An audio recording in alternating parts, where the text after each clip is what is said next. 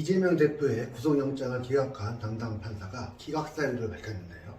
심사 때에 오른 이 대표의 3개의 범죄 혐의 중 1개의 혐의에 대해서는 범죄 혐의 소명이 인정되지만 나머지 2개의 혐의에 대해서는 범죄 혐의 소명이 부족하고 3개의 범죄 혐의 모두에 대해서 증거인멸 염려가 없다라고 본 것입니다.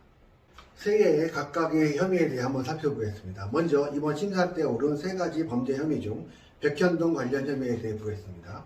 백현동 특혜의혹은 이 대표의 성남시장 시절 백현동이 어느 부지에 아파트를 짓는 과정에서 민간업자에게 각종 특혜를 몰아줘 1356억 원의 수익을 올리게 하고 성남도시개발공사에 200억 상당의 손해를 끼쳤다는 의혹인데요.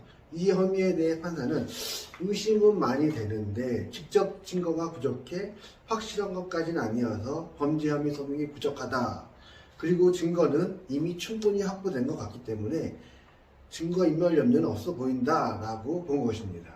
두 번째로 쌍방울 불법 대북 송금 의혹인데요. 이것은 이 대표가 경기도지사 시절인 2019년에서 2020년 이화영 전 경기도 평화부지사 공후에 김성태 전 쌍방울그룹 회장이 자신의 방북 비용 등 800만 달러를 북한에 대납하게 한 의혹인데요. 이 의혹에 대해서는 지금까지의 자료를 요할 때 아직 알 수 없어. 그렇기 때문에 범죄 혐의 소명이 부족하다고 하였습니다.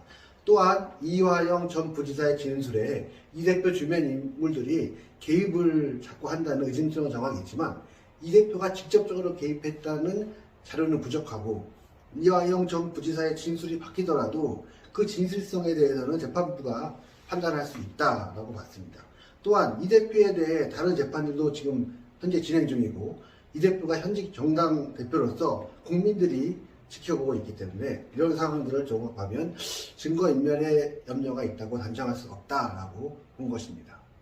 마지막으로 3번째 혐의인 위증교사 혐의에 대해 살펴보겠습니다. 이 혐의는 이 대표가 2018년 공직선거법상 허위사실 공표 혐의로 재판받을 때 관련 증인으로 출석한 사람에게 자신에게 유리하도록 허위 증언을 해달라고 요구한 의혹입니다. 그럼 이 허위사실 공표 혐의 재판은 무엇이었을까요? 이는 이 대표가 2018년 경기도지사 후보자 토론회에서 자신의 정과 중 하나인 검사 사칭 사건에 대해서 자신이 누명을 쓴 것이라고 발언해 허위사실 공표 혐의로 재판에 넘어간 사건인데요. 그렇다면 검사 사칭 사건은 무엇일까요? 이것은 다시 20년 전인 2002년으로 거슬러 올라갑니다. 이때는 이 대표가 변호사를 하던 시절인데요.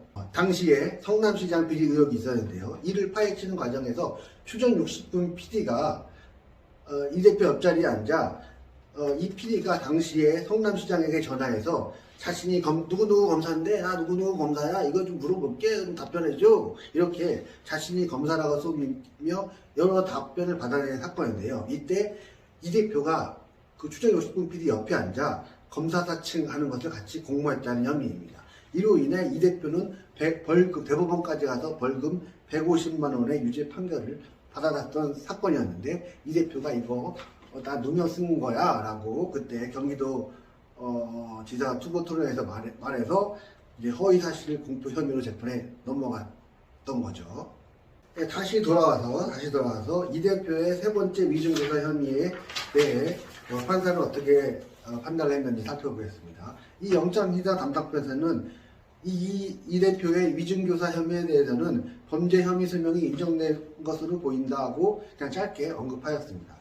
그러나 증거인멸 부분에서는 백현동 의혹과 마찬가지로 이미 증거 다 수집했잖아. 이미 충분히 증거를 확보했기 때문에 증거인멸 염려는 없는 것으로 본 것입니다.